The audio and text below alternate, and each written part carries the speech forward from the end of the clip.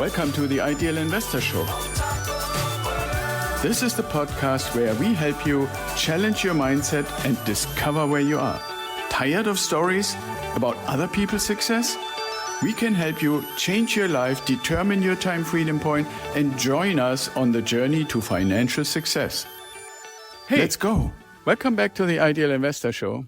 I hope you've had a great long 4th of July weekend and you're enjoying kind of the summer. And I wanted to just bring something that is a little bit away from the general topic of real estate investing to do, because I think we all need to be aware of what has historically happened to put what's happening around us a little bit in context and see, how much can we learn from history? How much can we see in the science of what's going on in the world around us to draw conclusions, which ultimately hopefully gets us in a position where we can prepare for things so that we are not negatively impacted. And I've been reading, most people that know me know that I'm reading constantly all kinds of stuff, including books and audiobooks and stuff like that. And I've always really liked history. And there are really a bunch of great books out there that have been written in the past, but even some of the newer ones that really put things in a historical perspective. And I think it's really valuable because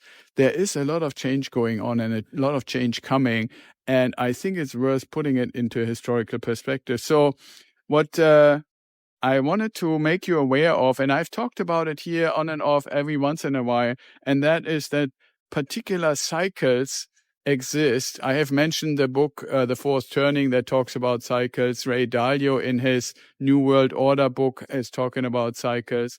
Mark Friedrich just wrote a German book. He's a very famous German author about the best chance or the biggest chance for the future that he describes, and it goes into the history of money and what is happening to our money, whether it's dollars or Bitcoin or gold and so forth, going forward based on that history. And so I just wanted to let you know what kind of cycles we had. And so from 1455 to 87, there were wars called the Rose Wars that started a new cycle.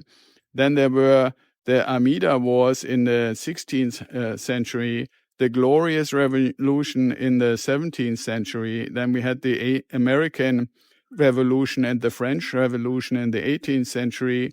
Then we had the U.S. Civil War in the 19th century. And all is we had World War I and World War II in the early parts of the 20th century. And some of the question is, will there be more war? I mean, we all know there are wars right now in Israel, there are wars in Ukraine, there are wars in Yemen, but they're not really on a global scale. And some people are wondering, will there be World War III? I personally hope not, and I personally think it is rather unlikely. But on the other hand, we have to be aware whenever we are getting to a point where there is at least a chance for global war, when the real big empire powers are kind of clashing. And we see this right now. If you were to ask me, who are the empires that are clashing right now? In the current way of how it is expressed in terms, the way I would describe it, I would say the G7 empire is clashing with what's called the global south. And that global south has nothing to do geographically, because interestingly, to the global south, they're counting countries like Japan and stuff like that. So what is it then? The G7 is pretty well known. It's the United States, the European Union, and then a whole bunch of certain countries that are in the United Nations Security Council that make up this group of 7. In reality, with the EU, there are really 27 countries that are part of the EU, and they are also part of the G7. Some people also call it the Western Bloc. And then the other power is basically the global south, which is Russia and China and South Africa and Brazil and the members of the BRICS state. And mainly what is called the global south is countries that have been, or at least they feel like they have been oppressed or have been basically having to go by what the G7 told them to do. If they wanted money, if they wanted economic development, if they wanted weapons and so forth, they were supposed to follow what the G7, mainly the United States, but lately also NATO and the other countries in Europe, what they deemed to be correct. And if countries didn't do it, then they got sanctioned or they were invaded. and stuff like that. Sometimes even under false pretense. If you think about the Iraq war, right, the public was told that Saddam Hussein had all kinds of weapons of mass destruction, which he never had, but it was a good enough argument to just run in there and kill a couple 100,000 Iraqis and topple the government. And it's not the first time. It happened in Korea, it happened in Vietnam, it happened in Afghanistan, all over the place. But those were not world wars. The really, really big world-changing wars are some of the ones that I mentioned at the beginning of this episode. And I have the impression that we are working or have been moving in the direction of some really major shift. Now, I am still hoping that it doesn't have to become a shooting war, but the systems are clashing. And whenever the systems are clashing, in the end, there is one system that prevails and one system that is kind of going back and going away. Right? So after World War II, obviously, the United States was one of the big winners and the biggest power economically and militarily. And so everybody involved in the world basically had to follow the system of the US and to some extent the Europeans.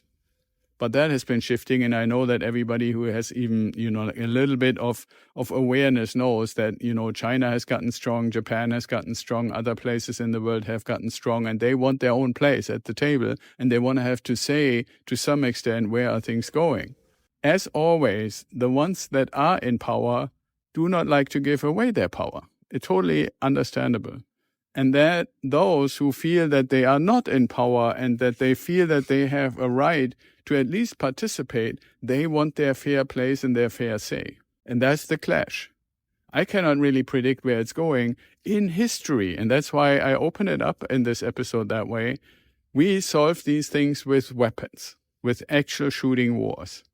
I'm kind of hopeful that we have evolved to the point where we don't have to have the shooting wars, but where we have to realize that certain systems that have been around for the last about 100 years are worn out and something new is coming. And then the question for you and I and everybody else listening to this is, how are we reacting to it? Are we basically convinced that we have the best system in the world that doesn't really need any change, and if others don't like it, then that's too bad? Or are we willing to say, okay, others do things differently, can we collaborate with them? That doesn't mean we have to give up our principles, but we can collaborate. And if the answer is no, we don't collaborate, then we have to be ready to say, okay, then there will be a fight about what is the next system in charge. And I would personally really, really like to stay away from any kind of real active fighting. But I want you to be aware that historically, humans have, between those who have power and those who are wanting power, fought it out in wars. And a lot of people out there are saying we have never been this close to a real large-scale war between the major systems as we are right now. So I hope it doesn't get there, but I want to raise your awareness that there is at least a chance, and let's try to the extent that we can to avoid it. But also, and this is my biggest message to you, prepare for it. That's why I have been preaching to have gold and silver coins. That's why I've been preaching to have some Bitcoin. That's why I've been preaching to have real estate, because people will always need real estate, even during and after a war. So prepare for the worst and hope for the best. With that, I hope you're doing well, stay safe, and I talk to you tomorrow.